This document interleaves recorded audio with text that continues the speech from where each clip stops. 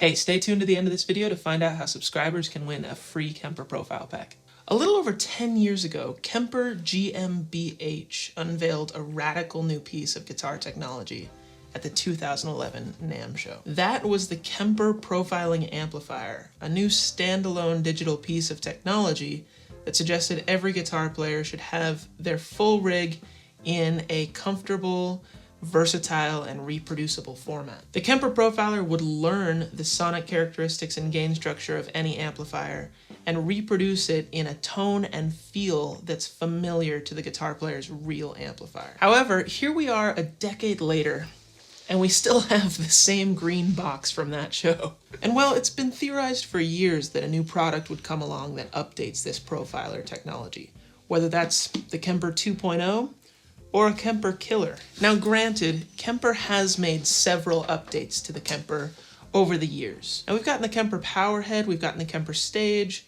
we've gotten the Kemper Cabinet to enhance the experience, but the same core technology is still there. The profiling is still the same. We still have the same backlit LED screen and the navigation and the front buttons. We really do still just have the same box. Now this is actually something that I really like, as I don't like having antiquated technology.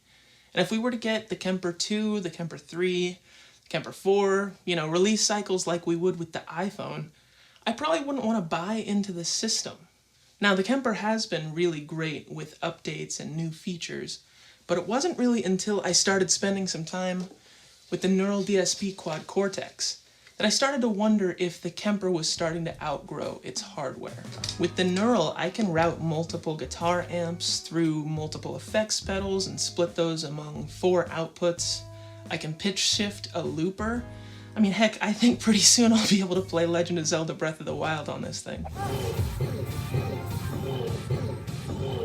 But considering how many of these possibilities will be useful to guitar players and bass players in the future, can the Kemper keep up with the feature set of the future? Now, I've gone over this in videos before, but a big feature set of the Quad Cortex is that it can capture guitar pedals. Now, maybe while not as elegant as the Quad Cortex, the Kemper can absolutely capture guitar pedals as well.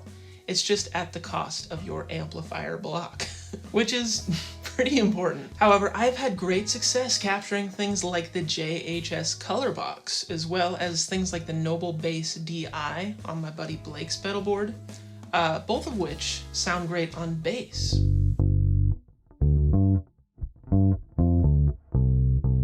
I've also had success profiling the Fishman Aura acoustic imager, which sounds great on the Fender Acoustasonic.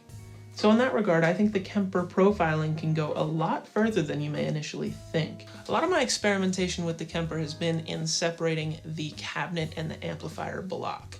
Not because it sounds better per se, but because it makes the Kemper a lot more versatile. If you think about the amplifier block as a gain structure snapshot, and then you think of the cabinet block as an impulse response loader, you've got a lot more options available to you. It's actually very similar to when you build a preset on the Quad Cortex. You grab an amplifier, and then you choose your cabinet. Now the Kemper isn't exactly set up for these kinds of alternate routings, and it may warrant kind of an interesting update to recognize direct amplifier profiles as drive pedals. But I could absolutely see using a drive pedal profile in any one of these effects blocks.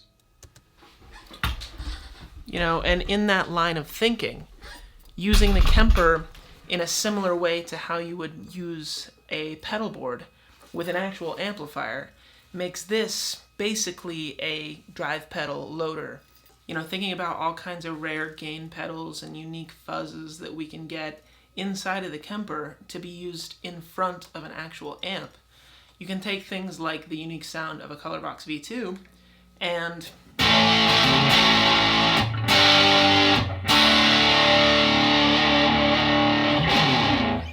get a pretty unique gain sound without bringing the pedal along.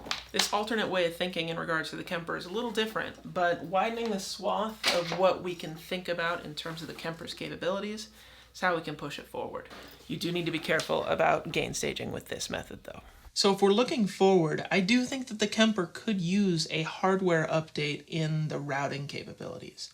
Even though I am a fan of the set it and forget it mentality, I was able to be up and running with a guitar and a bass, recording at the same time with their own individual chains on the quad Cortex in a little under a minute. The Kemper has one input and multiple options for outputs, but for the same sound.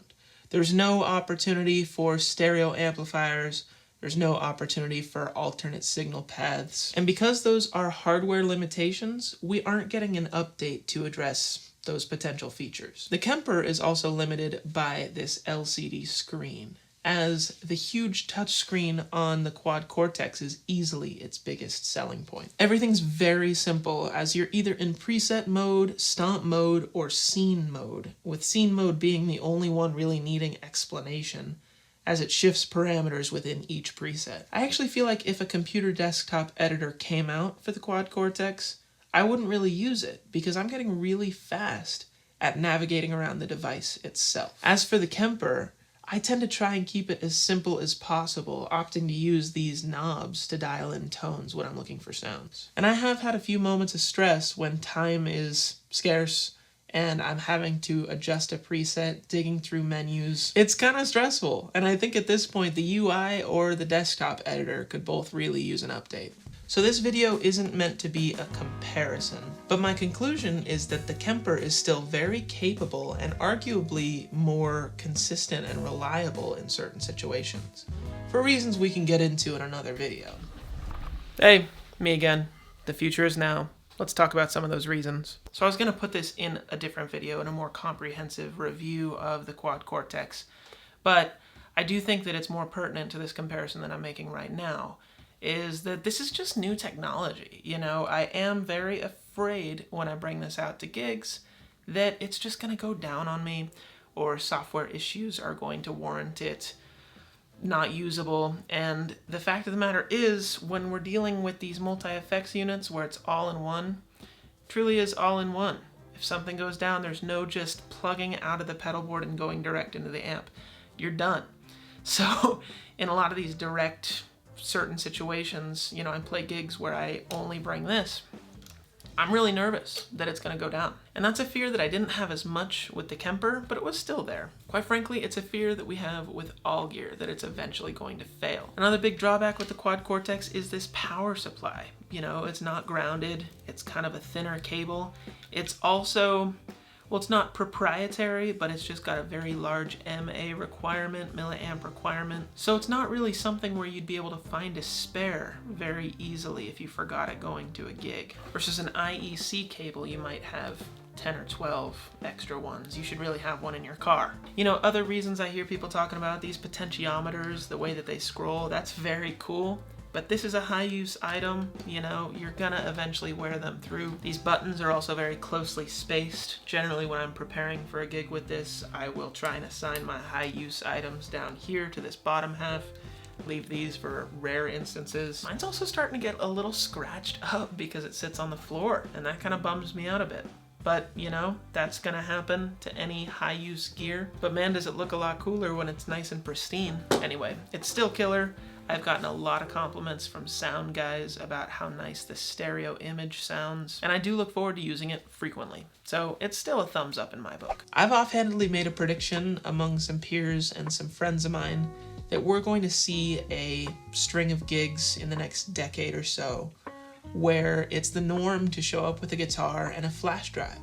So whether or not you're putting that flash drive into the Kemper or the quad Cortex is kind of up to whichever one progresses technology-wise faster. And if Kemper plays the next couple years right, it could maintain its grasp on the profiler market. All right, so let's get into some free stuff. I'm actually gonna give away a free Kemper profile pack to one lucky subscriber. Any pack from DanielMcLaughlinMusic.com can be yours. Here's how to get it. First, you gotta subscribe. Second, go ahead and leave me a like on this video. And then third, leave me a comment down below. The comment can be anything, just let me know you want the pack. And if you don't win, I'm gonna go ahead and put all of the profile packs on sale for 30% off if you use the code Kemper or QC. Thanks so much for watching, I'll see you guys in the next one.